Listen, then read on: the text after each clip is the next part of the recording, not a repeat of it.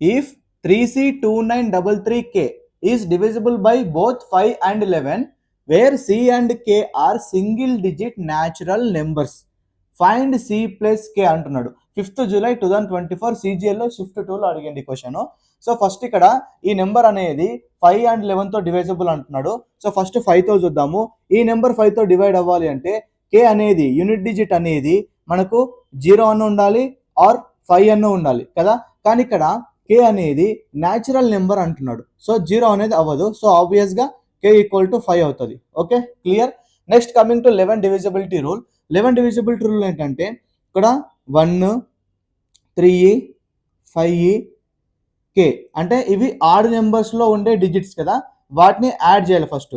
3 + 2 5, 5 + 3 8, 8 + కే, కే అంటే 5, 8 + 5 13. సో ఇది 13 వచ్చింది. మైనస్ ఈవెన్ నెంబర్స్లో ఉండే డిజిట్స్ ఉన్నాయి కదా.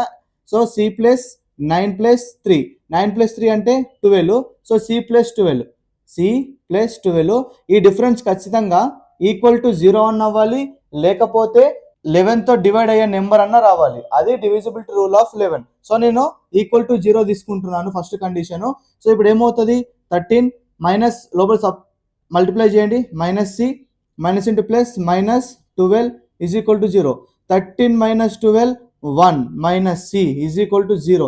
సి అటు సైడ్ తీసుకపోతే 1 ఈక్వల్ టు సి అంటే సి ఈక్వల్ టు 1 వచ్చేసింది మనకు. కానీ మనకు కావాల్సింది సి ఏమో 1 వచ్చింది, కే ఏమో 5 వచ్చింది. 1 + 5 6. Option C is the right answer. Still ఇంకెవరికైనా అర్థం కాకపోతే కమెంట్ బాక్స్ లో అడగండి. సో మీకు క్లియర్గా అర్థమైందంటే ఈ రీల్కి లైక్ కొట్టి మీ ఫ్రెండ్స్కి ఎమ్మటే షేర్ చేయండి. ఈ కాన్సెప్ట్ నేర్చుకుంటారు.